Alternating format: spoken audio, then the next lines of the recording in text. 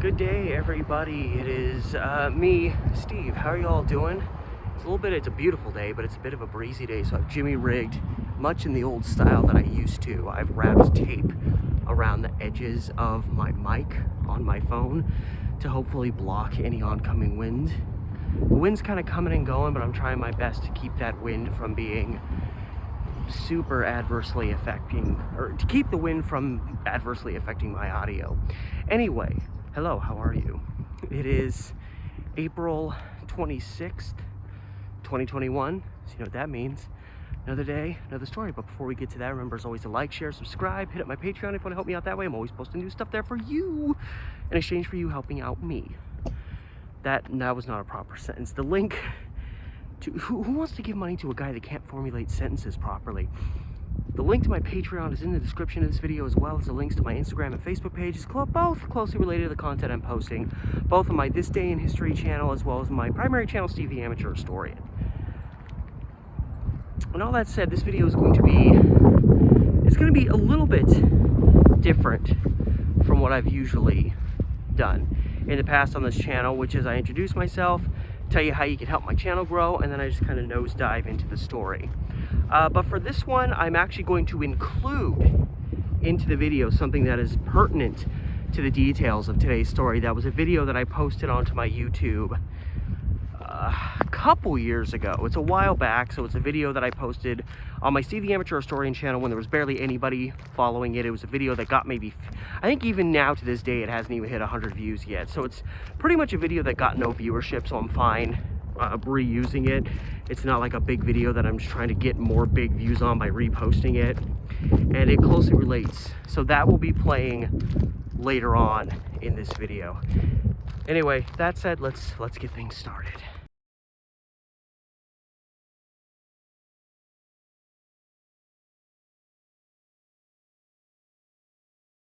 April 26th, 1958.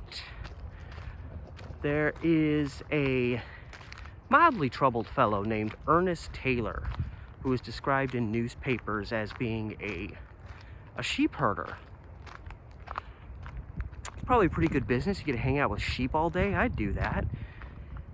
However, Ernest Taylor was not probably as delicate, as mild-mannered as most, I would assume, sheep herders would be. And on this day, back in 1958, he was tracked down and captured for the murder of a woman named Bessie Hammonds, who was murdered in her apartment house in what is now, downtown Portland, on January 20th, 1958. So it's a few months down the line, and Taylor was on the run, and he was tracked ultimately to Boise, Idaho, where he was found and brought back to Portland to face justice for what he had done. And by his account, he'd been living in the rooming house that Miss Hammonds had been running. And by his account, because Miss Hammonds isn't there to give her side of things, he approached her and told her that he was going to be moving out of the house. She apparently had a not so welcoming reaction to this. I don't know if maybe she was barely keeping the house going, or he wasn't paying his dues and she thought he was going to try to split without paying. I don't know what the reason was. Maybe she was in love with him. I doubt it, but whatever reason, a big argument ensues, and in the midst of her yelling at him, he gets frustrated, and in an effort to try to quiet her, he grabs her by the neck to try to quiet her. Which, by itself is not okay. And that alone, choke someone in that situation, that alone could kill someone. However, he then claims that after he at least put her out of consciousness, he took the belt that was around the robe that she was wearing and then wrapped that around her neck. And it seems like he strangled her with that. So definitely seems whatever drove him to take that action, it was a lot more than just her getting mad because he wanted to move out. This guy was definitely troubled, and he'd had a troubled history. I think He definitely had some mental issues, and I'm really trying to not let the wind hit this thing, because this video is going live. I don't care how bad the audio is. That's just the luck of the draw. But it's coming from all directions. Anyway, this guy was definitely troubled, and his issues didn't just begin at the start of 1958.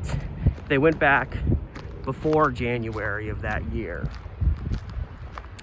And I first learned about Ernest Taylor, who, again, by this date in 1958, had been tracked down, arrested, brought back to the city to face justice for what he had done. But when I first heard about Ernest Taylor, I heard about him from I believe it was a blog entry that a local historian named J.D. Chandler, who I've referenced numerous times on my Steve the Amateur Historian channel. I had the chance to interview him for my documentary, The Woman in the Water, that is on my channel, that I did back like 2016 into 2017 was when I produced that.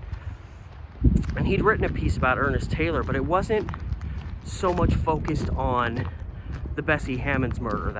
Those details were more saved for later. But it was about a different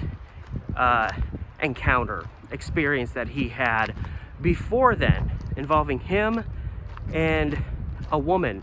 And it was one of those examples of how you see the way a situation's set up and you assume it's going to go a certain way. In this case, the classic woman walking home alone by herself at night, and then a strange man approaches her, and you think, well, he's going to do something and she's not going to be able to fend him off. That's what typically people are going to think. But it didn't quite go that way, and this was a story, this was an experience in relation to Ernest Taylor that happened before, again, he actually committed a murder, at least a murder that we know about. I'm going to take you back to this old video I did where I tell that story about this encounter that happened between someone and Ernest Taylor earlier on. But the story that's about to come to you, it's a really crazy one. It's an instance where someone decided to do the last thing you'd think somebody would do in a certain situation, the last thing you'd think you should do in a certain situation, and it ended up saving her life. That's the crux of this video today. And right back here is Crossing Street. This is Columbia Street. I'm on the park blocks.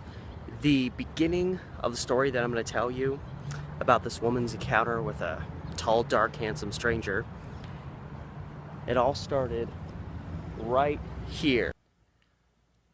And so, as the story goes, this woman named Julia Voris gets off work. She's walking home.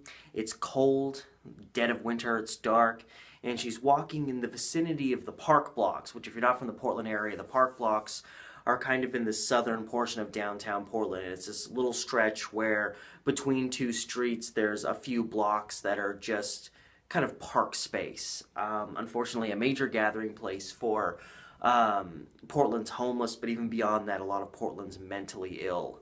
And it's right before you enter Portland State University, which is on the southern fringe of downtown. So Julia is walking through here on her way home, like any other night, and suddenly out of nowhere, this man steps out of the shadows and puts his hands around her neck. This man was named Ernest Taylor. And you'd think any scenario like this, especially back in the 50s, man puts his arms around your neck, you're going to scream, you're going to panic, you're going to run. But sometimes we do things that confound the mind. And somehow, despite immediately being gripped emotionally and physically with fear that this man had come out of nowhere and grabbed her, the words that came out of her mouth were essentially, "Get your damn cold hands off my neck." And Ernest Taylor, freezes. He's completely stunned by this response from this woman that he's supposed to grab and overwhelm. And he complies. He lets go. And it seems he doesn't know how to deal with the situation. And even though she's standing there, crippled with fear, Julia maintains this tough person ruse almost. And she's like, what's the deal? What, you got a problem? Do you need money or something? And she starts rifling through her purse, and she finds $10, and she's like, there, that's that's all you're getting. I'm giving you $10, and I'm not giving you any more. And he takes it, and he's like, yeah, I did need money. He's completely baffled by this set of circumstances. And while she's trying to maintain this tough facade, the fear is so gripping for Julia that she literally collapses in the moment. She just suddenly becomes overwhelmed and kind of gets dizzy. And she asks Ernest Taylor, the guy that just had his hands around her neck, to help her. And he catches her and helps her back up. And these two people in the city of Portland just standing together after this guy's been on like the verge of attacking this woman.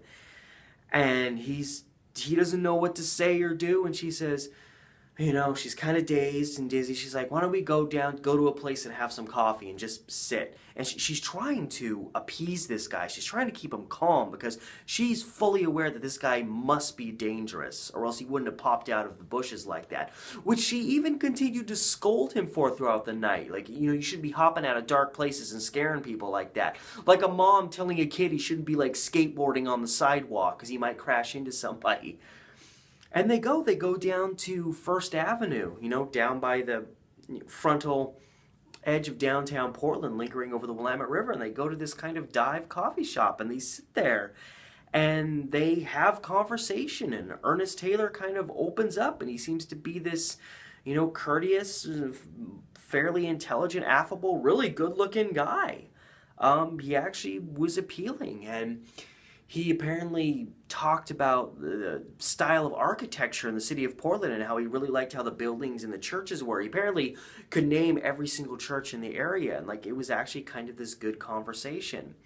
And by the time the whole thing's over, Ernest Taylor, who came out of the darkness to seemingly strangle, abduct, I don't know, but to attack Julia Voris, he asks her if he can walk her home because she shouldn't be walking alone in the dark. It's dangerous. And she agrees. You know, she doesn't want to piss this guy off is what it comes down to. And so they start to walk along, and there's even a moment she would recall later where they pass a dark alleyway and he asked her to follow her down this way.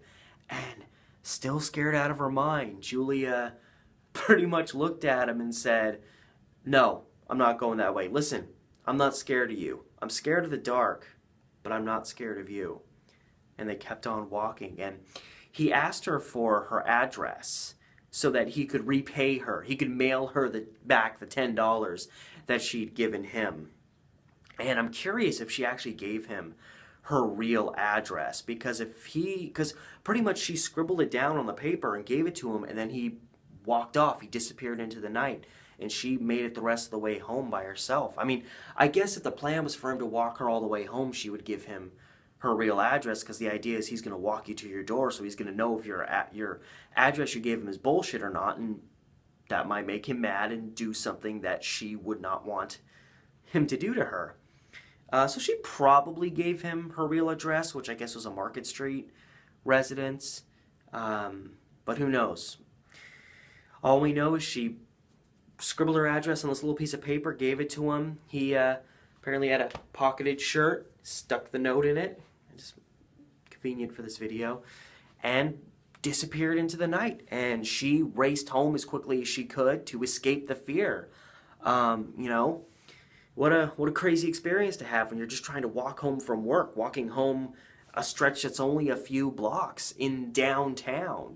I mean, you'd want to. You're not, but you'd want to think you'd be okay doing that. We then find out 3 days later, January 20th, 1958, Ernest Taylor is living in an apartment complex in the downtown Portland area. I think an apartment complex that's no longer there, or it might still be there, because I know there's some old apartment buildings still there, but it's on the site that is now Portland State University. So he lived pretty close to the park blocks, and obviously pretty close to where Julia Voris walked, you know, presumably each day between work and home.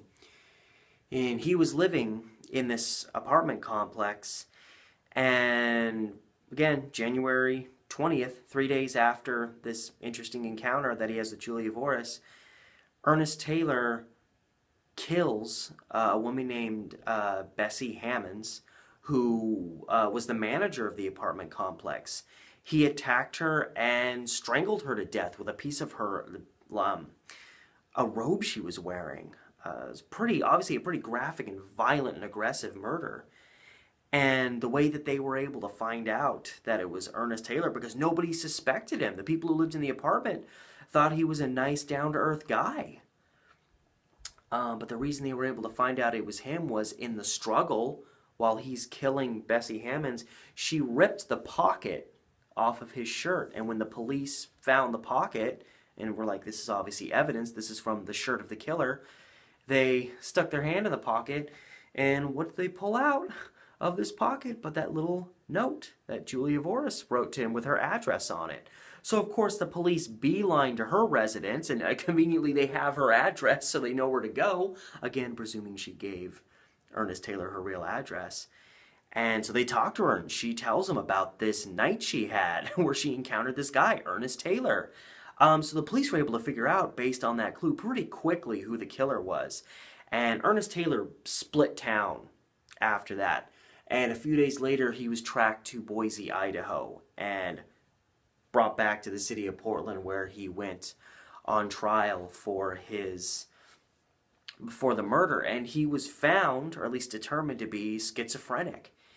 And he was, instead of going to prison, he was found not guilty by reason of insanity, and he was sent to the state hospital, where, strangely, it's such a strange story. That element alone, the fact that Julia Voris stood up to a guy who was a killer, as it would turn out to be. Like, he really was as bad as she thought he could potentially be.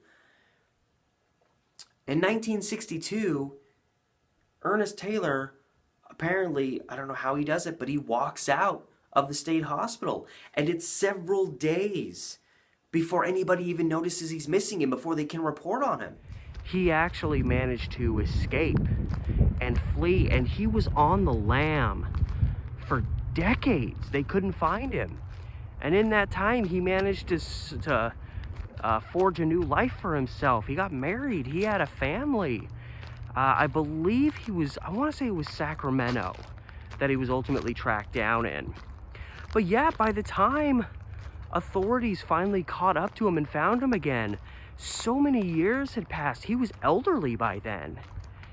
And, you know, the authorities, you know, this guy still was a murderer who hadn't really faced much justice for what he had done. But still, he was so old, and he apparently hadn't engaged in any more real violence, and he'd had a family, and he was so old that they decided to give him a break. And of course, mutts right on cue.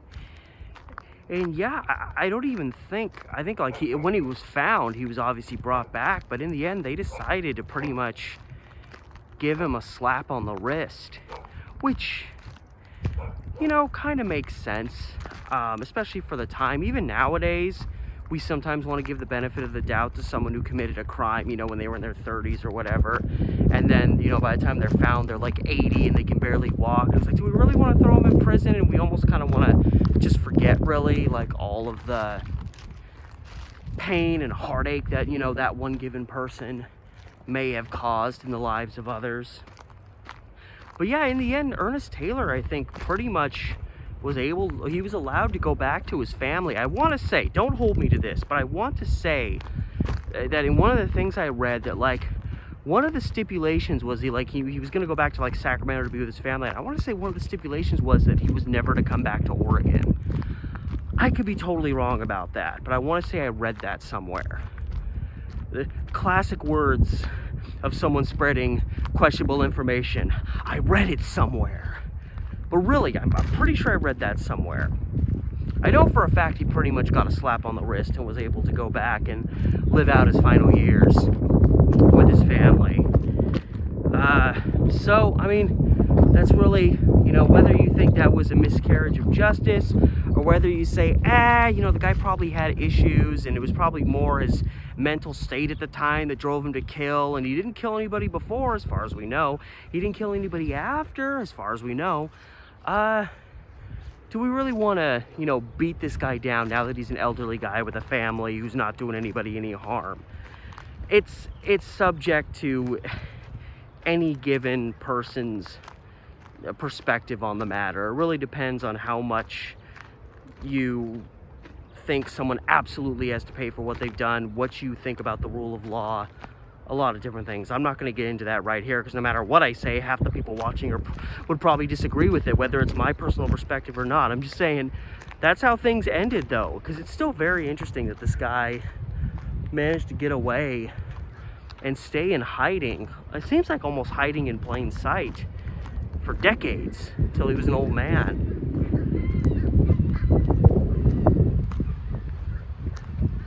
Dogs getting wild with each other. I'm sorry, there's always dogs getting mixed up in my vlogs. Hey, that rhymes. Anyway, that is the story of the capture, the ultimate escape, and long foray of freedom for this guy Ernest Taylor, in and around before and after he killed his landlady. And then, of course, I wanted to make sure to interject in there for you this little side story of a woman who encountered Ernest Taylor before and didn't really know how dangerous he was, but she still stood up to him regardless of who he was. So good for her. You know, it was not easy to do what she chose to do in that time and place. She could have just screamed, she could have ran, she could have done every single little thing he asked her to do, and she may very well have ended up dead herself. So yeah, it's a very interesting story, a very interesting life, this guy Ernest Taylor. And he was captured on this date it's over 60 years ago. So that is the story, as full and as complete as I could possibly bring it to you. So thank you so much for watching, as always. And remember to like, share, subscribe. Head to my Patreon if you want to help me out there. I am, you know, posting new stuff there, and it's really helpful to me in terms of being able to continue doing what I'm doing as often as I possibly can. The link to my Patreon is in the description below, along with the links to my Instagram and Facebook pages closely related to the content I'm posting both on my This Day in History channel, as well as my primary channel, Steve the Amateur Historian. Whew, all that said, I'd like to thank you so much for stopping by. This has been Steve, and I'll see you tomorrow.